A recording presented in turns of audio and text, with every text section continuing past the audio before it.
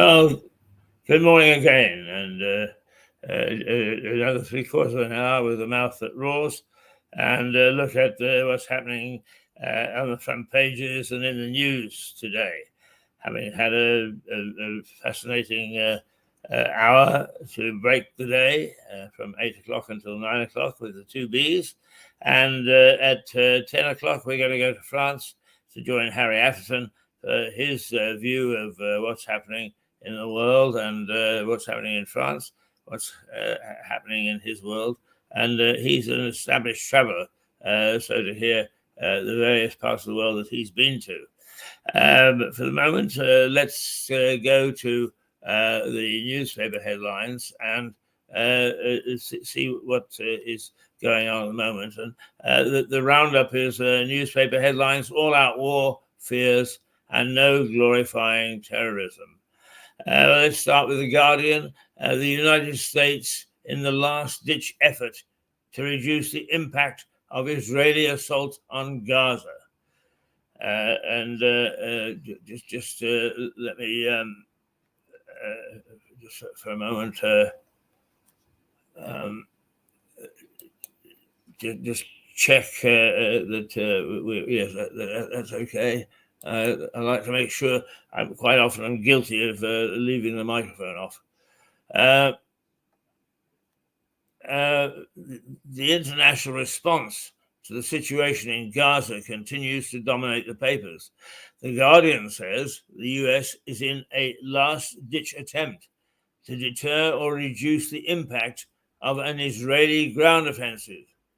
The paper reports that Secretary of State Antony Blinken has been working on a plan for safe spaces for Palestinian civilians inside Gaza, and that in the first sign that Israel may listen to private US entreaties, Israeli officials have agreed to restore limited water supplies to the south. There is one sub headline there, which shows that our job, and in fact, if you listen to Stuart Dolby, who appears as a correspondent now, is a journalist. 83 is among 126 confirmed hostages. So 126 people being held hostage by Hamas, and one of them is a journalist aged 83. The Times: a million try to flee as the invasion of Gaza looms. And Israel's Prime Minister Benjamin Netanyahu shows no signs of heeding calls for restraint. So says the Times. The paper says Mr. Netanyahu is preparing his country's military for a retaliatory invasion that is likely to lead to a prolonged occupation. The Sun: war in the Middle East, fury and fear. Israel Prime Minister vow to blitz monsters, and Hamas block Gaza escape routes. The Sun says Mr. Netanyahu has vowed to exterminate the bloody monsters of Hamas, and that Israel is filled with fury and fear ahead of the operation, which it is hoped will rescue some of the hostages being held in Gaza. The Daily Mirror: Middle East on the brink. Israel is facing a fight on three fronts. The United Nations plea to end the hell of innocence. Fears of an all-out war is the bold headline. That's in the Mirror. And the Daily Mirror says Israel is facing a fight on three fronts, from Gaza, Lebanon, and Syria, and that there are fears the conflict will escalate into all-out war. The Eye: the United States and the UK in a race to try to prevent Israel conflict spreading. There isn't much more, really. The US and UK are leading diplomatic efforts to try to prevent the conflict dragging in neighboring countries. The paper reports that the US Secretary of State has visited Egypt on the latest stop of a whirlwind tour of Arab nations, while Prime Minister Rishi Sunak met King Abdullah of Jordan on Sunday and will hold further talks with regional leaders over the next 2 days. The Financial Times: the US warns Iran not to escalate Gaza war into broader Middle East conflict. The Financial Times says the US has used back-channel talks with Iran to warn against any action that could escalate the war into a broader regional conflict. It quotes President Biden's National Security Advisor, Jake Sullivan, saying the US had the means to speak with Iranian authorities privately and that we have availed ourselves of those means over the past few days to make clear privately that which we have said publicly. The Daily Telegraph: Israel vows to destroy Lebanon if war spreads. The UK and the US warn over escalation in Middle East crisis as jets bomb the northern neighbor. Israeli jets have started bombing Lebanon after anti-tank rockets fired by Hezbollah killed one person in northern Israel. The paper quotes Zachi Hanegbi, I think that's pronounced, an Israeli National Security Advisor, promising the destruction of Lebanon were Hezbollah to attack Israel on a second front. The Metro, it's got a big splash banner with two items. Madonna is back. The Queen of Pop gets into the groove as she kicks off a tour, and England through to World Cup semis in sport. But the main headline is Israel kills mastermind of massacre. Aha! Now this is a new angle. The Metro reports that Israel claims to have killed a Hamas chief who masterminded attacks on two kibbutz as part of this group's assault on Israel last week. The paper says hundreds of people were killed in attacks planned by Bilal al-Qedra, planned by Bilal al-Qedra, a senior Hamas commander, and that he was purportedly killed in an airstrike in southern Gaza. Daily Express.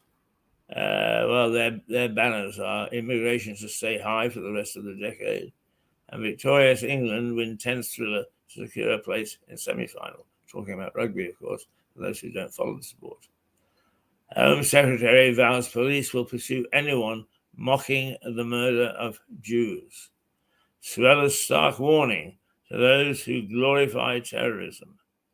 Home Secretary Suella Braverman has vowed that police will pursue anyone mocking the murder of Jews, according to the Daily Express.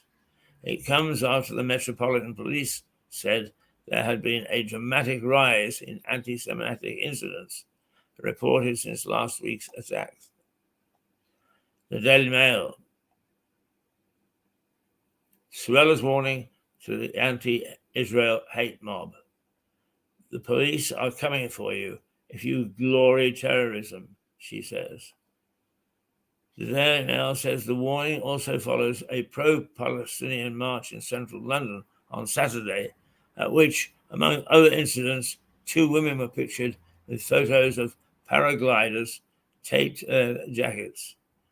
Some of the militants who attacked the Supernova Music Festival in Israel, killing at least 260 people, entered the site using paragliders.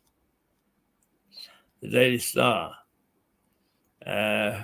Its banner is football, 50 Shades of Great.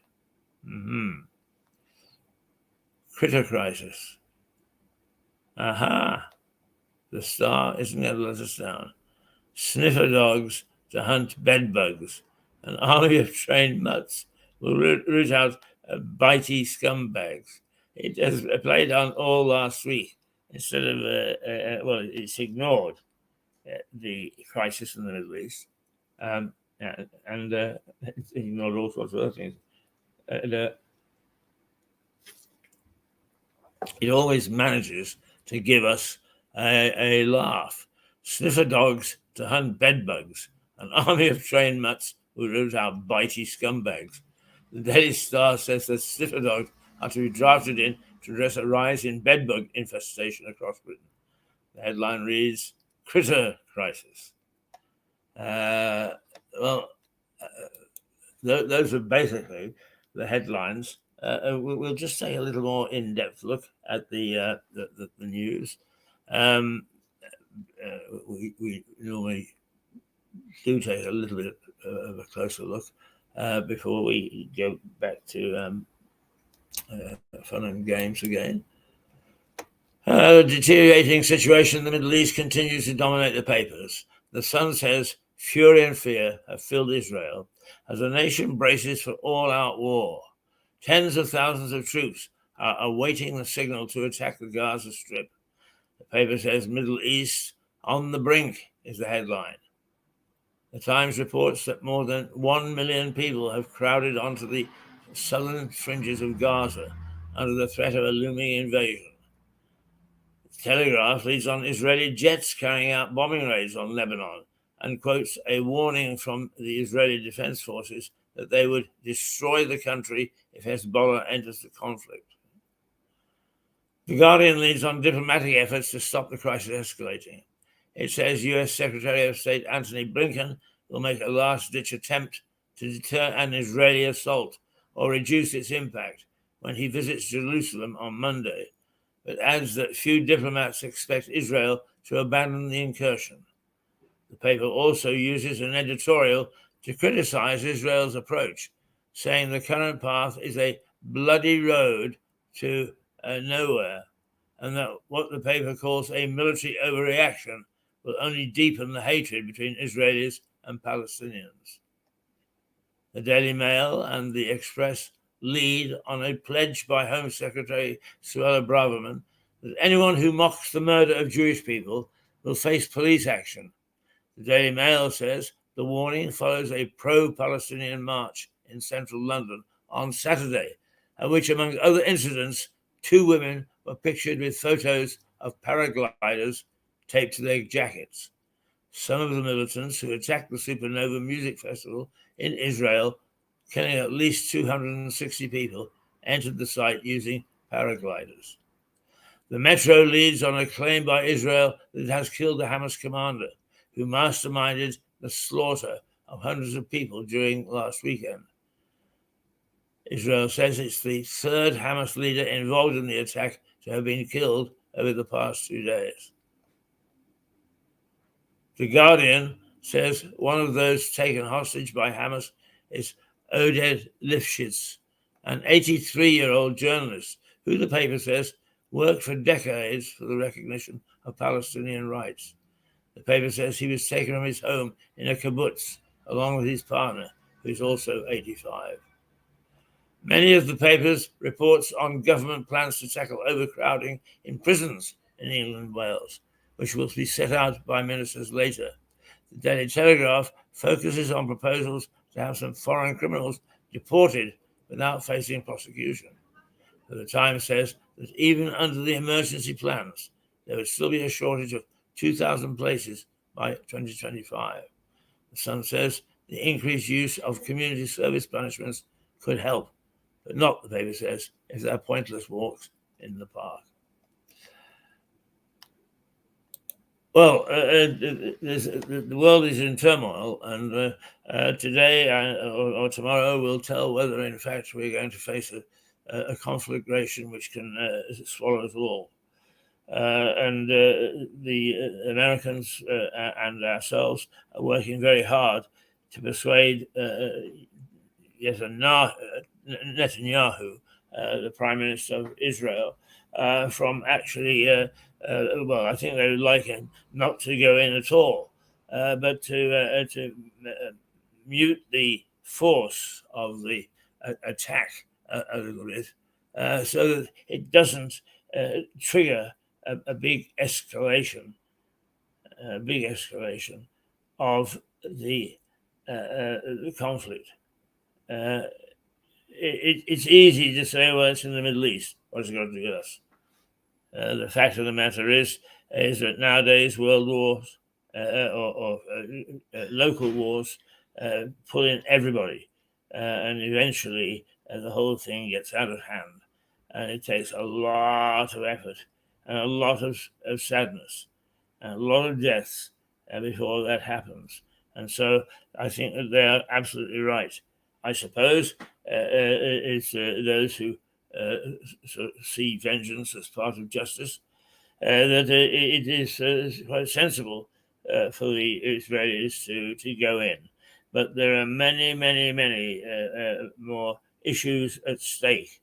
And it is really very important that the Netanyahu listens to what is said. He is not known for being a soft touch, Netanyahu. I think, it's his third time prime minister. He's like Berlusconi, a very colourful character, got his fingers in all sorts of pies that he shouldn't have. But he is actually very dogmatic, a very forceful man, and it is likely that he will be diplomatically polite to the Americans and ourselves, and he will say, yes, thank you very much for your advice, and then he will take off and do what is deeply rooted in his psyche. He will send in the troops. And indeed, today, the reports are that the land force of Israeli soldiers is building up on the Gaza border. And so we can expect some fireworks in the next couple of days or so. So those are the main headlines, and of course, this weekend is, I have to say, whether you're a rugby fan or not, and there are thousands and thousands that are, the stadiums in France are actually packed for the World Cup. But we were treated to two games yesterday of immense excitement, great tension, and great skill. One was England against Fiji, and Fiji really always considered to be a second-rated nation, has come from nowhere really, and is beginning to show real mettle. This isn't just one of the matches that it's taken good opposition to the limit. It has done that with several of the top countries along the way on this World Cup to demonstrate just what a good rugby playing country it is. And indeed it did. England was stretched all the way. And although this isn't a vintage English side, it's not a bad side at all. And they were pushed by the Fijians to the very last. And it really, they could have nicked it, except for exceptional English defence. So that was exciting game number one. Exciting game number two was France against South Africa. South Africans are always known as a pretty heavy mob, and they don't get much praise. But whether they're a heavy mob or not, they are a winning mob, and they nearly always carry it off. And indeed, they did carry it off last night. France got within a point, but the eventual score was just that single point in it. I can't remember the exact totals. I think it was sort of 20, 25, 24, something like that.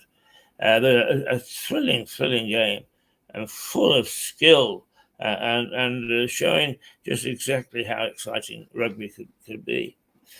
There was no first-class football over the weekend, but England suffered a humiliation, being defeated in the World Cup by Afghanistan. Nobody rated Afghanistan. Nobody does rate Afghanistan. And yet here it manages to bash home, and it really beat England, and quite handsomely, by about 65 runs. I felt sorry. I was watching a bit of it yesterday. I felt sorry for Johnny Bairstow, who has been very mercurial. And good morning. How are you? That's it. You got a nice gentleman just wandering to the bar, and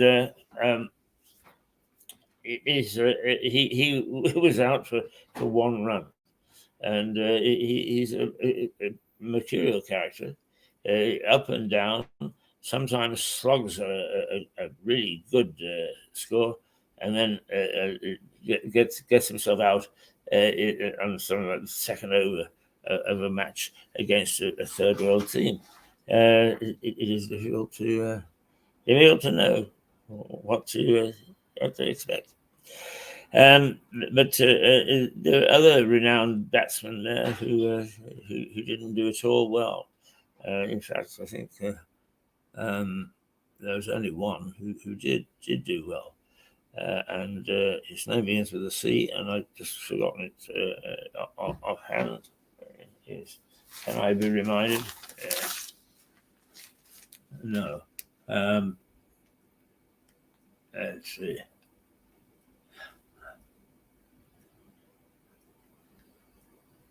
Harry Brook, that's right. And I remember watching Harry Brook batting earlier in the summer, and he looked very confident. He looked very steady. The rest, renowned Root, Butler, they all fell to the limit. But it is now 9:48, and I think what we must do is we must look at the weather for you, because that in itself is up and down as well. It's a lovely day today, but I will warn you, the cold is back. It is only 13 degrees today. Right now, it's 9 degrees. We're going to have sunny intervals. It's not an unpleasant day, and a gentle breeze. But when I came in this morning at 6:30, Andy, the window cleaner, a great character from Lewis, has just walked past the window carrying his ladders. Keep an eye open for one. If you're from Lewis, keep an eye open for Andy. He is just a lovely, lovely, lovely man, and is a private enterpriser. He's been going for a long time, and it's part of the scenery. And what it really is sad. And actually, I don't forgive the local traders for this, because he's been with them for a long time. And yet along comes some big outfit from out of town. And what do? They immediately switch. Shame on them. Shame on them. Because, if I suddenly said I wasn't going to buy anything in Lewis, but only from out of town, they would be the first to bitterly complain and say that I wasn't loyal. But do they show loyalty? No, they do not. A bunch of showers, an absolute shower at the high street. They ask for sympathy. They ask us to be sympathetic to their cause. They ask us to support them. But do they support local people like Andy? No, they do not. Huh. Right. Anyway, let's see, 13 degrees between 1 o'clock and 4 o'clock this afternoon, and then it's going to start to drop again. But it will be a clear night. And tomorrow we've got another similar day. It will reach 15 degrees, just a little bit warmer. And we're going to have sunny intervals and again a gentle breeze. Before Wednesday, it's going to pour down. It'll reach 18 degrees. It'll get slightly warmer, but we're going to have rain. And on Thursday, again, a degree warmer again, back up to 19, but thunderstorms, thundery showers throughout the day. Friday, it's going to rain.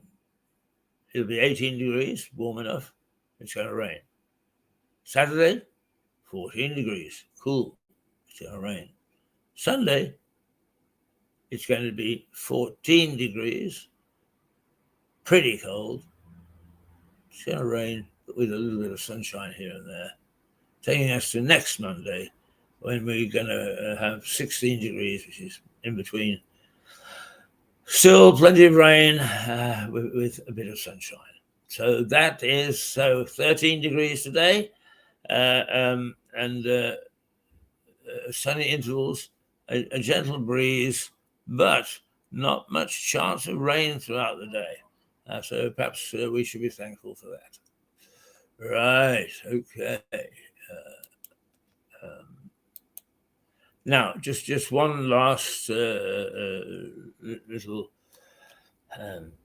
natter before I go, and that is that, while we criticize and feel very uncomfortable about Netanyahu and his right-wing attitudes and policies, we're also seeing, I think, an increase in Suella Braverman, who is she's taking aim at all sorts of things where before we would not allow it to be spoken.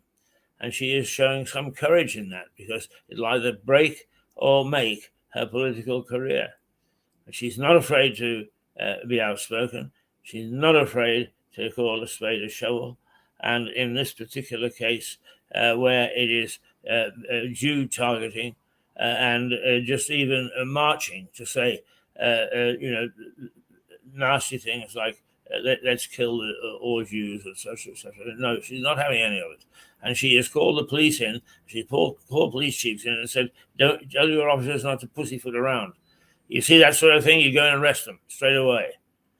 Now, am I right-wing in thinking that this is the right way to go, to nip this thing in the bud? Is we have got a bit too soft, I think, in this country in allowing the wokes and so on to do more or less what they want, pull down statues and do all sorts of antisocial things in the name of whatever cause it is that they want. But this is a different cause. This is talking about annihilating a race of people, and it cannot be allowed to happen, and it must be nipped in the bud. And if Suella is nipping it in the bud, good for her. Good for her.